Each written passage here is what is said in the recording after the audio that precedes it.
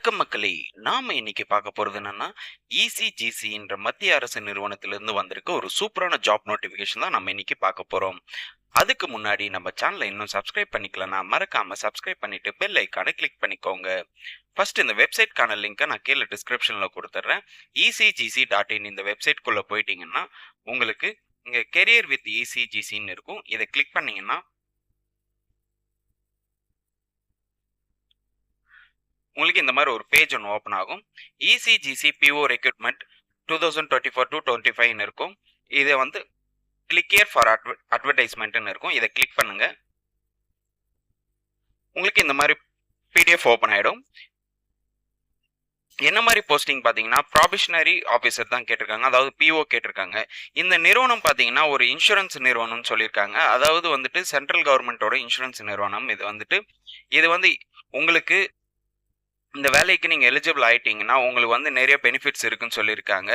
House rent allowance, அதுக்கப்புறம் transport allowance, medical allowance, news paper allowance, meal coupons, அதுக்கப்புறம் வந்து நிறைய அலவன்ஸ் வந்து உங்களுக்கு கொடுக்குறேன்னு சொல்லியிருக்காங்க. அதுக்கப்புறம் பார்த்தீங்கன்னா உங்களுக்கு இது வந்து முழுக்க ஆன்லைனில் தான் எக்ஸாம் நடக்கும்னு சொல்லியிருக்காங்க. உங்களுக்கு நம்ம சென்டர் பார்த்தீங்கன்னா சென்னை, கோயம்புத்தூர் நம்ம தமிழ்நாட்டில் இருக்குது. ஸோ நல்ல ஒரு வேலைவாய்ப்பு தான், அப்ளை பண்ணலாம். இந்த வேலைவாய்ப்புக்கு அப்ளை பண்ண எண்ணிலிருந்து பார்த்தீங்கன்னா 14/9/2024 13/10/2024, அதாவது 14 செப்டம்பர்லேருந்து 13 அக்டோபர் வரைக்கும் நீங்கள் ஆன்லைனில் அப்ளை பண்ணிக்கலாம்னு சொல்லியிருக்காங்க. பேமெண்ட் வந்து பார்த்தீங்கன்னா 14 செப்டம்பர்லேருந்து 13 அக்டோபருக்குள்ளே பே பண்ணிடணும். அதுக்கப்புறம் கால் லெட்டர்ஸ், அதாவது அட்மிட் கார்டு வந்துட்டு உங்களுக்கு என்னைக்கு வரும்னா 4th வீக் ஆஃப் அக்டோபரில் தான் உங்களுக்கு வந்துட்டு உங்களோட ஹால் டிக்கெட்ஸ் வரும். அதுக்கப்புறம் pre examination training for SC, ST, OBC, non creamy layer அவங்களுக்கு பார்த்தீங்கன்னா 28/10/2024 வந்துட்டு உங்களுக்கு ட்ரைனிங் நடக்கும். அதுக்கப்புறம் வந்துட்டு உங்களுக்கு கால் லெட்டர், அதாவது அட்மிட் கார்டு, ஹால் டிக்கெட் பார்த்தீங்கன்னா 5 நவம்பர் 2024 வந்துட்டு உங்களோட ஹால் டிக்கெட் வந்துடும். அதுக்கப்புறம் ஆன்லைன் எக்ஸாமினேஷன் பார்த்தீங்கன்னா 16 நவம்பர் 2024 வரும். ரிசல்ட் பார்த்தீங்கன்னா உங்களுக்கு 16th டிசம்பர் 2024 31 டிசம்பர் 2024 உங்களுக்கு வந்துட்டு ரிசல்ட் வரும்னு சொல்லியிருக்காங்க. ஸோ இது ஒரு நல்ல வேலைவாய்ப்பு தான். உங்களுக்கு இன்டர்வியூவும் இருக்கும். இன்டர்வியூ பார்த்தீங்கன்னா ஜனவரி இல்லை பிப்ரவரியில் உங்களுக்கு நடக்கும் சொல்லியிருக்காங்க 2025. ஸோ அடுத்து வந்து நம்ம நம்பர் ஆஃப் வேகன்சிஸை பார்க்கலாம். வேகன்சி பொறுத்த வரைக்கும் டோட்டலாக 40 வேகன்சி சொல்லியிருக்காங்க. உங்களுக்கு கேட்டகரி வைஸாக பிரிச்சிருக்காங்க. இதில் பேக்லாக் வேகன்சி ஒரு 3 கொடுத்துருக்காங்க. எஸ்சி, எஸ்டி, ஓபிசியில் ஒவ்வொரு வேகன்சி சொல்லியிருக்காங்க. எஸ்சி கேட்டகரியில் வந்துட்டு 5 வேகன்சியும், எஸ்டி கேட்டகரியில் வந்துட்டு 3 வேகன்சியும், ஓபிசியில் 10 வேகன்சி, இடபிள்யூஎஸ்ல 3 வேகன்சி, அதுக்கப்புறம் வந்துட்டு யூஆரில் வந்துட்டு, அதாவது அன்ரிசர்வ் கேட்டகரியில் 16 வேகன்சி, டோட்டலாக 37 வேகன்சி. ஸோ உங்களுக்கு பேக்லாக் வேகன்சியும் சேர்த்து பார்த்தீங்கன்னா 40 வேகன்சி சொல்லியிருக்காங்க. ஒரு நல்ல ஒரு வேலை வாய்ப்பு தான் இது.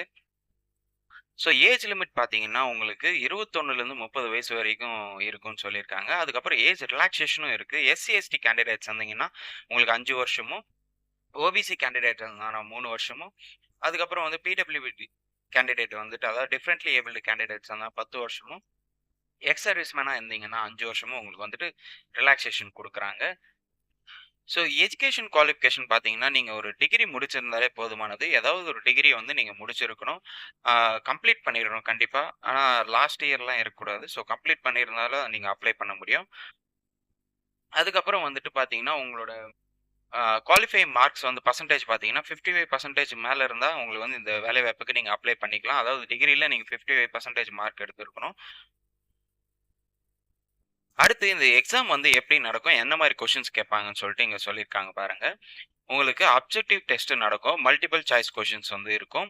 இதில் வந்து பார்த்தீங்கன்னா உங்களுக்கு 5 விதமான சிலபஸ்லேருந்து வரும். ரீசனிங் அண்ட் எபிலிட்டியில் வந்துட்டு பார்த்தீங்கன்னா 50 கொஷின்ஸ் கேட்குறாங்க, 50 மார்க்குக்கு. இது 40 நிமிஷத்தில் நீங்கள் ரைட் பண்ணணும். அதுக்கப்புறம் வந்து பார்த்தீங்கன்னா இங்கிலீஷ் லாங்குவேஜுக்கு வந்துட்டு 40 கொஷின் கேட்குறாங்க, 40 மார்க்குக்கு, 30 நிமிஷத்தில் ரைட் பண்ணணும். அதுக்கப்புறம் வந்து கம்ப்யூட்டர் நாலேஜுக்கு வந்து 20 கொஷின் கேட்டிருக்காங்க, 20 மார்க்குக்கு 10 நிமிஷத்தில் ரைட் பண்ணுற மாதிரி. அதுக்கப்புறம் ஜென்ரல் அவேர்னஸுக்கு வந்து பார்த்தீங்கன்னா 40 கொஷினுக்கு 40 மார்க் எடுக்கணும் 20 நிமிஷத்துக்குள்ள. குவான்டிட்டிவ் ஆப்டிடியூட் பார்த்தீங்கன்னா உங்களுக்கு 50 கொஷினுக்கு 50 மார்க் எடுக்கணும், ஸோ 40 நிமிஷம். ஸோ டோட்டலாக வந்து 140 மினிட்ஸ் வந்து உங்களுக்கு வந்து எக்ஸாம் நடக்கும். உங்களுக்கு நம்பர் ஆஃப் கொஷின்ஸ் 200 கொஷின்ஸ்க்கு 200 மார்க் எடுக்கணும்.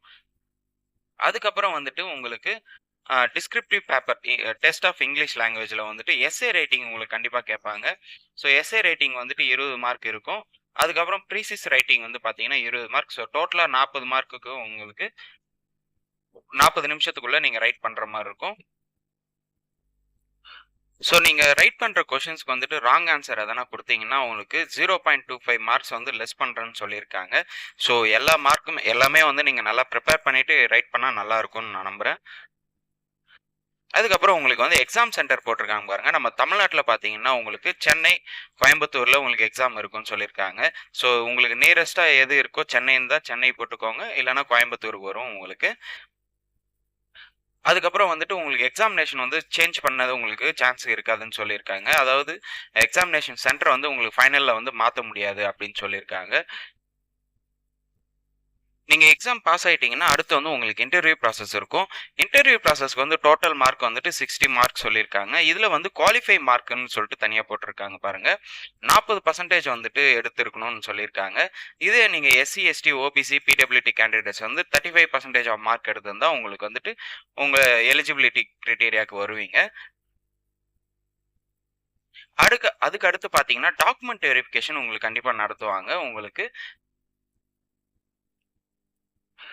உங்களுக்கு வந்துட்டு இன்டர்வியூ கால் லெட்டர் வந்துட்டு உங்களுக்கு அதெல்லாம் சப்மிட் பண்ணணும்னு சொல்லியிருக்காங்க. அதுக்கப்புறம் வந்து உங்களோட மார்க் ஷீட்ஸும், அதுக்கப்புறம் உங்களோட வேலிட் அட்ரஸ் ப்ரூஃப்ஸ் இதெல்லாம் வந்துட்டு உங்களுக்கு கண்டிப்பா நீங்க வந்துட்டு ஒரிஜினல் டாக்குமெண்ட்ஸ் வந்து எடுத்துன்னு போணும் நீங்க.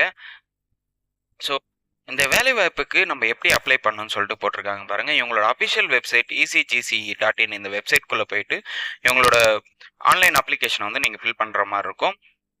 அப்ளை பண்றப்போ உங்களுக்கு என்னென்ன டாக்குமெண்ட்ஸ் வேணும்னா, ஃபோட்டோகிராஃபி கேட்டிருக்காங்க, சிக்னேச்சர் கேட்டிருக்காங்க, லெஃப்ட் ஹேண்ட் தம்ப் இம்ப்ரஷன் கேட்டிருக்காங்க. அதாவது இடது கைரேகை வேணும்னு கண்டிப்பா கேட்டிருக்காங்க. அதுக்கப்புறம் ஹேண்ட் ரிட்டன் டிக்ளரேஷன் கேட்டிருக்காங்க. ஹேண்ட் லெட்டர் டிக்ளரேஷன் வந்து இங்க போட்டிருக்காங்க பாருங்க. இந்த மாதிரி நீங்க ஃபில் பண்ற மாதிரி இருக்கும்.